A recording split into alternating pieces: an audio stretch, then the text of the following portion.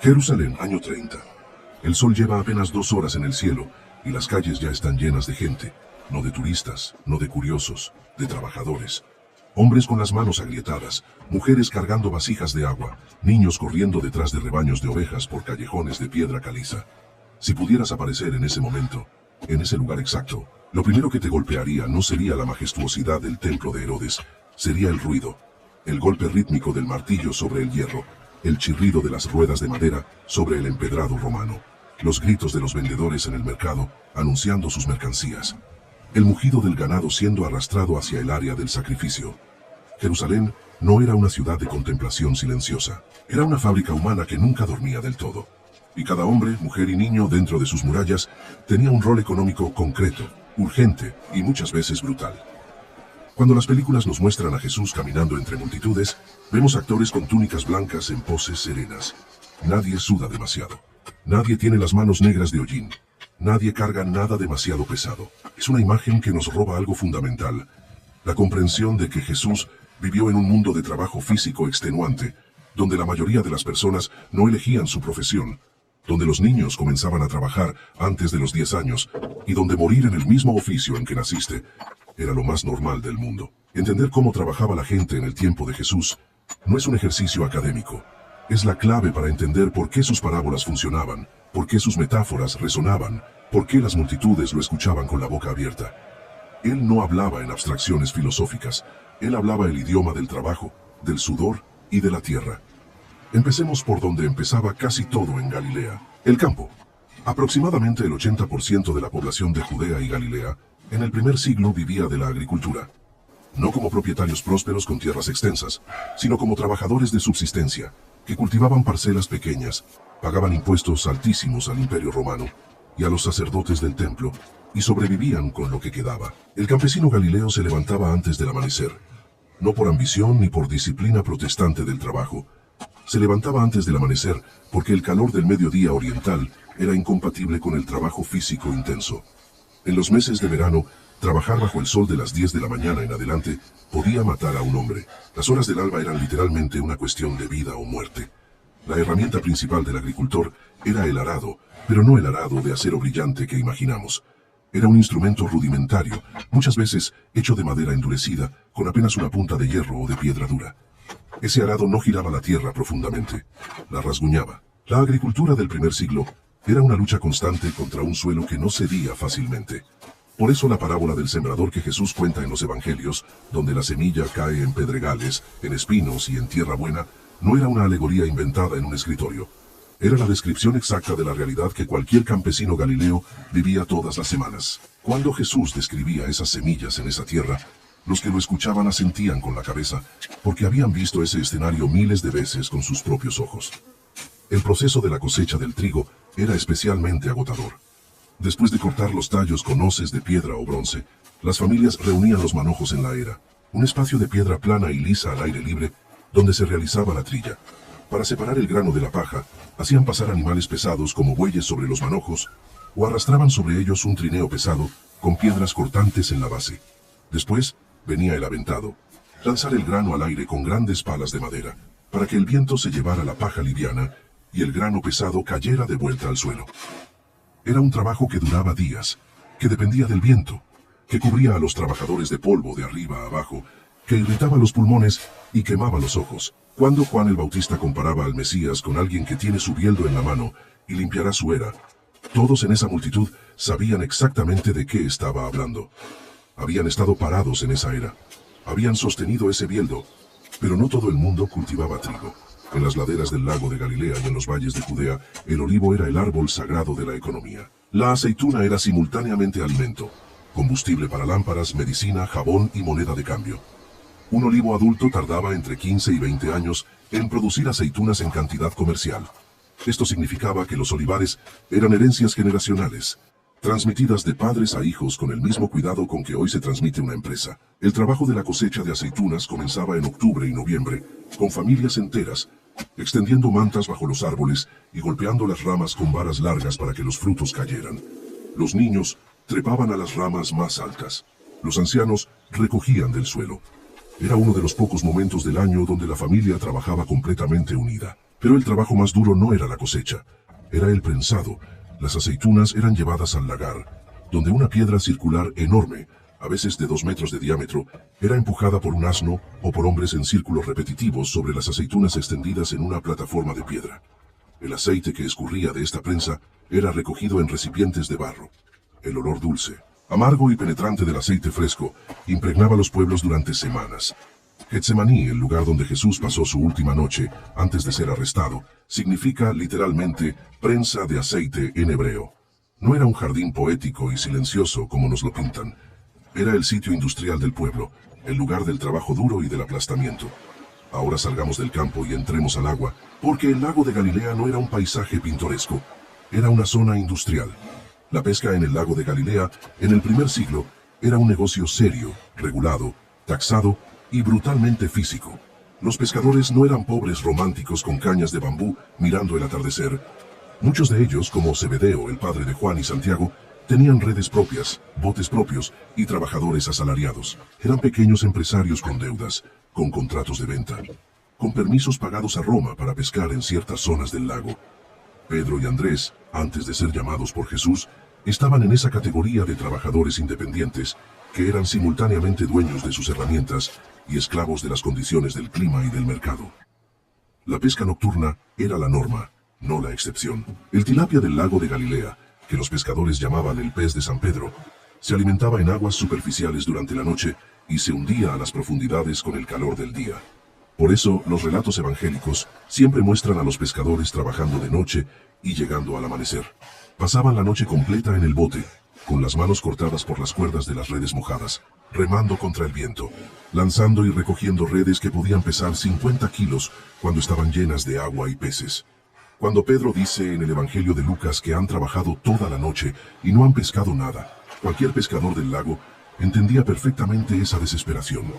Era el equivalente moderno de trabajar 12 horas seguidas y llegar a casa con las manos vacías. El pescado capturado no se vendía siempre fresco.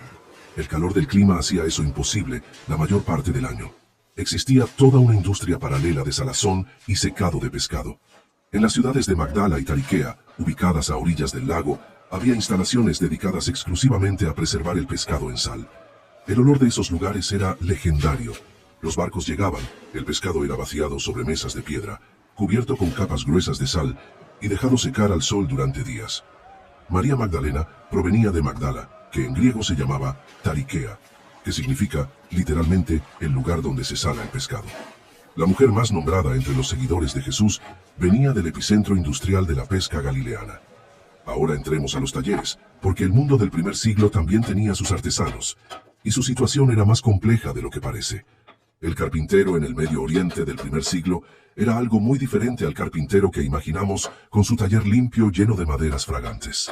La palabra griega usada en los evangelios para describir el oficio de Jesús y José es tectón, que significa trabajador de materiales duros. No solo madera. La madera era escasa y cara en Galilea, donde los árboles grandes eran raros. Un tectón trabajaba principalmente con piedra, con barro compactado, con madera importada cuando podía conseguirla. Construía casas, reparaba techos, fabricaba puertas, yugos para bueyes, mesas, bancos y herramientas agrícolas. Era el hombre que resolvía los problemas físicos de la comunidad con sus manos. El taller de José y Jesús en Nazaret no sería muy diferente a los talleres que los arqueólogos han excavado en Galilea. Una habitación pequeña de piedra caliza con herramientas colgadas en las paredes. Escoplos de hierro, serruchos primitivos, mazo de madera, escuadras rústicas hechas a mano, el suelo cubierto de viruta y polvo de piedra. El trabajo llegaba cuando llegaba, porque Nazaret era un pueblo pequeño, de no más de 400 o 500 habitantes, según los cálculos arqueológicos modernos. Los ingresos no eran estables, había semanas de trabajo intenso y semanas de silencio total. La economía del artesano rural era profundamente irregular. Lo que hace esto aún más fascinante es lo que implica sobre la educación de Jesús. En el mundo judío del primer siglo, el padre tenía la obligación religiosa de enseñarle al hijo un oficio. La Mishnah, el compendio de ley oral judía, decía que quien no enseña un oficio a su hijo es como si lo hubiera enseñado a robar. Jesús aprendió la tectonía de José desde niño. Probablemente desde los 5 o 6 años ya ayudaba en el taller. Pero también, según la tradición judía de la época, los niños estudiaban la Torá en la sinagoga local desde los 5 años, memorizando pasajes completos. Jesús era simultáneamente aprendiz de artesano y estudiante de escrituras sagradas. dos mundos que él después fusionaría de manera única en su enseñanza. Hablemos ahora de un oficio que aparece constantemente en los evangelios, pero que raramente entendemos en toda su dimensión social. El cobrador de impuestos, el publicano. Mateo, uno de los 12 apóstoles, era publicano en Cafarnaúm. Pero entender lo que eso significaba realmente cambia la dimensión del escándalo cuando Jesús lo llama y él lo sigue. El sistema romano de recaudación de impuestos en las provincias no funcionaba con empleados del gobierno. Roma vendía el derecho de cobrar impuestos en una región específica a un contratista privado, el publicano mayor. Este publicano mayor subcontrataba la tarea a cobradores locales como Mateo, quienes tenían que recaudar suficiente para pagar a Roma, suficiente para pagar al contratista mayor, y suficiente para vivir ellos mismos. El sistema incentivaba la extorsión. No había tasa fija pública. El cobrador podía cobrar lo que quisiera siempre que entregara la parte de Roma, y la diferencia era su ganancia personal. Esto convertía a los publicanos en figuras simultáneamente ricas y despreciadas. Eran colaboracionistas del ocupante romano. Eran estafadores legalizados. En la mentalidad religiosa judía, un publicano que manejaba monedas romanas con imágenes del emperador, que trabajaba para la potencia pagana opresora, era considerado ritualmente impuro. No podía testificar en un tribunal judío. No podía entrar en ciertas áreas del templo. Sus amigos y compañeros de mesa, por asociación, también eran considerados contaminados. Cuando los fariseos critican a Jesús por comer con publicanos y pecadores, no es una crítica de clase social, es una acusación de contaminación religiosa, y Jesús, que conocía perfectamente el peso de esa acusación, la asumía voluntariamente. Zaqueo, el otro publicano célebre de los evangelios, era publicano mayor en Jericó, una de las ciudades más ricas del primer siglo, gracias al comercio de bálsamo y especias que pasaba por allí. Era extraordinariamente rico. Vivía en una casa grande, comía bien, vestía bien, y era el hombre más odiado de su ciudad. Cuando sube al sicómoro para ver a Jesús, lo hace escondido parcialmente, porque sabía que en la multitud había docenas de personas a quienes había cobrado de más durante años. El relato no es solo una historia de conversión, es la descripción exacta de la tensión social alrededor de un sistema económico injusto que todos sufrían y nadie podía cambiar, excepto en sus propias decisiones individuales. Pero si el publicano era despreciado, existía un grupo aún más bajo en la escala social del trabajo, el trabajador jornalero. El jornalero en el primer siglo era el hombre sin tierra y sin oficio especializado. Era alguien que había perdido su parcela por deudas, o que era hijo de alguien que la había perdido, o que simplemente nunca tuvo nada. Cada mañana, estos hombres se reunían en la plaza del mercado antes del amanecer, esperando que alguien los contratara por el día. No sabían si ese día comerían o no. No sabían si trabajarían o volverían a casa con las manos vacías. La parábola de los trabajadores en la viña, donde el dueño contrata grupos de hombres a distintas horas del día, pagando a todos lo mismo al final, cobra una dimensión completamente diferente cuando entendemos la ansiedad real de esos hombres parados en la plaza, esperando a ser elegidos. Jesús no inventa ese escenario, lo describe. Sus oyentes lo vivían. El salario estándar para un día de trabajo físico en el primer siglo era el denario, que correspondía aproximadamente al mínimo necesario para alimentar a una familia durante un día. No había margen de ahorro, no había reserva de emergencia. Un día sin trabajo era un día con hambre. La enfermedad, la lluvia, un accidente, un familiar que necesitara cuidado, cualquier interrupción en el trabajo físico era una catástrofe doméstica. Cuando Jesús enseña a sus discípulos a pedir en la oración el pan de cada día, está capturando exactamente esa realidad de subsistencia diaria que el 80% de su audiencia vivía sin metáfora ninguna. No era una imagen poética, era la descripción literal de cómo funcionaba su economía. Ahora necesitamos hablar sobre las mujeres, porque la narrativa histórica tiende a invisibilizarlas, y hacerlo es un error grave. Las mujeres en el primer siglo judío no estaban sentadas en sus casas, esperando que los hombres regresaran. Trabajaban intensamente, pero dentro de un marco social que definía con precisión dónde y cómo. El trabajo de la mujer en una familia de clase trabajadora galileana comenzaba antes que el del hombre. Era ella quien encendía el fuego, quien preparaba el pan de la mañana, quien iba a la fuente pública a buscar agua antes de que el calor hiciera ese camino insoportable. El viaje a la fuente no era un paseo romántico, era cargar vasijas de barro de 20 o 30 kilos en la cabeza, muchas veces 2 veces al día, porque el agua era el recurso más crítico y más escaso del hogar. Moler el grano para hacer harina era otra tarea exclusivamente femenina. 2 mujeres, generalmente madre e hija o 2 hermanas, Se arrodillaban frente al molino de mano, una piedra circular que giraba sobre otra, y molían el trigo durante 1 o 2 horas cada mañana. Era un trabajo que encorvaba la espalda, que endurecía los brazos, que se hacía todos los días sin excepción, porque el pan del día siguiente dependía de la harina molida ese mismo día. Cuando Jesús dice en sus parábolas 2 mujeres moliendo en el molino, todos los que escuchaban podían oler el polvo de harina en el aire y escuchar el sonido rítmico de la piedra girando. Había mujeres que también participaban de la economía fuera del hogar: las vendedoras de mercado, las tejedoras que vendían telas, las mujeres que confeccionaban ropa, las parteras que asistían a los partos y cobraban por ello. Lidia de Tiatira, mencionada en los Hechos de los Apóstoles como una de las primeras convertas al cristianismo en Europa, era vendedora de telas de púrpura, uno de los materiales más caros del mundo antiguo, porque el tinte púrpura provenía de miles de moluscos aplastados manualmente. Era una empresaria exitosa, con recursos suficientes para tener una casa grande, donde hospedar a Pablo y sus compañeros. La Biblia no la presenta como una excepción curiosa. La presenta como un hecho normal de su entorno. Entremos ahora al corazón del sistema económico del primer siglo, el Templo de Jerusalén, porque el templo no era solo un lugar de adoración, era el banco central, el matadero industrial y el empleador más grande de Judea. El templo de Herodes, en su forma final, era uno de los complejos arquitectónicos más grandes del mundo antiguo.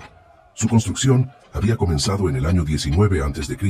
y todavía estaba en proceso durante el ministerio de Jesús, 46 años después del inicio, según el Evangelio de Juan. Esto significaba que miles de trabajadores, canteros, albañiles, carpinteros, escultores y pintores, trabajaban en sus instalaciones de manera más o menos continua. Los bloques de piedra del templo, algunos de ellos de 500 toneladas, habían sido cortados de canteras a kilómetros de distancia y transportados usando sistemas de palancas, rampas y mano de obra masiva que todavía asombran a los ingenieros modernos.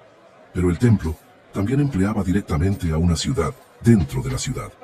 Los sacerdotes que servían por turnos, los levitas que cantaban, tocaban instrumentos y cuidaban el orden, los guardias del templo, los escribas que registraban las transacciones, los cambistas de moneda que tenían su lugar oficial en el patio exterior, los vendedores de animales para el sacrificio que ocupaban el mercado del atrio de los gentiles. Cuando Jesús entra al templo y vuelca las mesas de los cambistas, no está atacando a unos pocos estafadores improvisados, está perturbando el funcionamiento de un sistema económico integrado y regulado que procesaba cientos de miles de transacciones durante las fiestas de peregrinación. El negocio del sacrificio era enorme. Cada judío varón adulto debía pagar el impuesto del templo anualmente, medio shekel de plata, pero en moneda del templo, no en las monedas romanas con la imagen del emperador, que circulaban en el comercio cotidiano. De ahí los cambistas, que tenían una tarifa oficial de cambio y cobraban una comisión.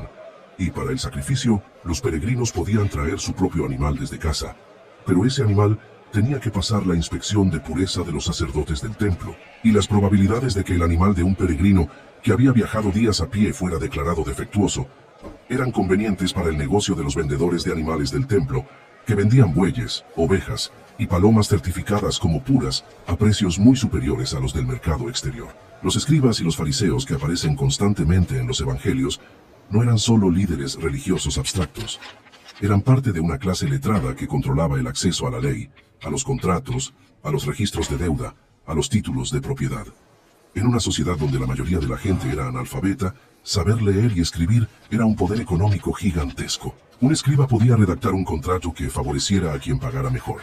Podía interpretar una ley de manera que justificara una confiscación de tierras. La crítica de Jesús a los escribas que se comen las casas de las viudas no es una hipérbole religiosa. Es la descripción de un mecanismo real de expropiación legal que empobrecía a los más vulnerables. Los pastores merecen un capítulo propio, porque su posición social en el tiempo de Jesús era exactamente la opuesta de lo que los cuadros navideños nos hacen creer. El pastor en el primer siglo judío estaba en el escalón más bajo de la respetabilidad social. No porque su trabajo fuera considerado poco importante, sino por las consecuencias prácticas de su oficio. El pastor que vivía con su rebaño en las colinas no podía cumplir con las obligaciones religiosas regulares. No podía ir al templo en las fechas estipuladas porque no podía dejar el rebaño solo. No podía mantener los rituales de pureza necesarios porque vivía en campo abierto, en contacto constante con animales, con tierra, con muerte. Era técnicamente impuro, de manera casi permanente. Su palabra no era admitida en los tribunales judíos como testimonio válido. Era considerado sospechoso de ladronería por definición, dado que no siempre estaba claro si las ovejas que pastoreaba eran propias o ajenas. Este es el contexto que hace tan radicalmente subversiva la parábola del buen pastor y la historia del nacimiento de Jesús, con los ángeles anunciándose primero a los pastores. En la jerarquía social religiosa del primer siglo, los pastores eran los últimos. Elegirlos como primeros testigos del Mesías era una declaración deliberada e imposible de ignorar para cualquier oyente judío de la época. Jesús usaba la realidad social del trabajo para construir una teología de inversión del orden establecido. El médico, el abogado, el escriba, existían en los márgenes superiores de la sociedad. Lucas, que era médico según la tradición, y los escritos paulinos, pertenecía a una clase profesional que existía principalmente en las ciudades grandes y servía principalmente a quienes podían pagar. La medicina del primer siglo era una mezcla de conocimiento empírico real, plantas medicinales efectivas, cirugías básicas y un componente significativo de creencias religiosas sobre la enfermedad como castigo divino. El enfermo pobre en Galilea no iba al médico, iba al curandero local, rezaba, pedía a alguien que intercediera por él en la sinagoga. La curación milagrosa que Jesús practicaba no era solo un fenómeno espiritual para esa gente. Era la única alternativa médica accesible para quien no tenía dinero. Existe un oficio que pocas veces mencionamos cuando hablamos del mundo de Jesús, pero que era absolutamente central para la economía del primer siglo: el alfarero. La cerámica no era artesanía decorativa, era tecnología de supervivencia. Sin plástico, sin vidrio accesible, sin metal barato, la vasija de barro era el contenedor universal. El alfarero fabricaba las vasijas para almacenar agua, aceite y grano. Fabricaba las lámparas de aceite que iluminaban cada hogar. Fabricaba los platos, las copas, los recipientes de cocina. Una aldea sin alfarero era una aldea en problemas serios. La parábola del alfarero que tiene poder sobre el barro en Jeremías y que Pablo retoma en sus cartas no era una imagen abstracta. Era la descripción de una relación de poder que todos veían todos los días en el taller de la esquina. Y finalmente, aunque sea incómodo, necesitamos hablar de los esclavos. El Imperio Romano funcionaba sobre esclavitud a una escala que es difícil de imaginar. Se estima que entre el 15 y el 30% de la población del imperio era esclava en el primer siglo. En Judea y Galilea, la proporción era menor por razones religiosas, dado que la ley judía tenía restricciones sobre la esclavitud perpetua de otros judíos, pero existía. Los esclavos aparecen en las parábolas de Jesús con una naturalidad que refleja su omnipresencia en el paisaje social de la época. El siervo que administra los bienes del amo, el siervo que recibe talentos para invertir, el siervo cuya deuda es perdonada y que luego no perdona la deuda de otro. Jesús no estaba inventando personajes fantásticos, estaba describiendo personas reales que su audiencia conocía, con las que trabajaba, a las que veía todos los días en el mercado. Lo que hace que todo esto sea profundamente relevante para entender los evangelios es lo siguiente. Jesús no eligió sus parábolas de un catálogo de imágenes genéricas, las tomó directamente del piso de fábrica de la vida económica de su tiempo. Las semillas y la tierra, los peces y las redes, el pan y la levadura, la viña y los jornaleros, el tesoro escondido en el campo, la perla de gran precio. Cada una de estas imágenes correspondía a una realidad laboral concreta que su audiencia conocía desde la infancia. Su genio no era solo espiritual, era el genio del comunicador que conoce también a su audiencia, que puede tomar la experiencia más cotidiana y más dura de sus vidas, el trabajo diario, el agotamiento, la precariedad, la deuda, y convertirla en la ventana a través de la cual se ve el reino de Dios. Cuando entendemos cómo trabajaba la gente en el tiempo de Jesús, cuando entendemos el peso físico de esas redes, el calor de esa era, el polvo de ese molino, el miedo de ese jornalero en la plaza al amanecer, las palabras de los evangelios dejan de ser textos religiosos lejanos y se convierten en algo que vibra con la realidad concreta de millones de vidas humanas. Él no predicaba desde afuera de ese mundo. Él lo conocía desde adentro, con las manos, con el cuerpo, con los años que pasó en el taller de Nazaret antes de que alguien supiera quién era. Y si el trabajo en esa época era duro, la vida en casa era quizás aún más difícil. ¿Qué comían exactamente? ¿Qué sabores, qué alimentos, qué hambre conocieron Jesús y los 12 en sus viajes por Galilea? La respuesta te va a sorprender. Suscríbete para no perderte el próximo video, donde entramos a la cocina del primer siglo.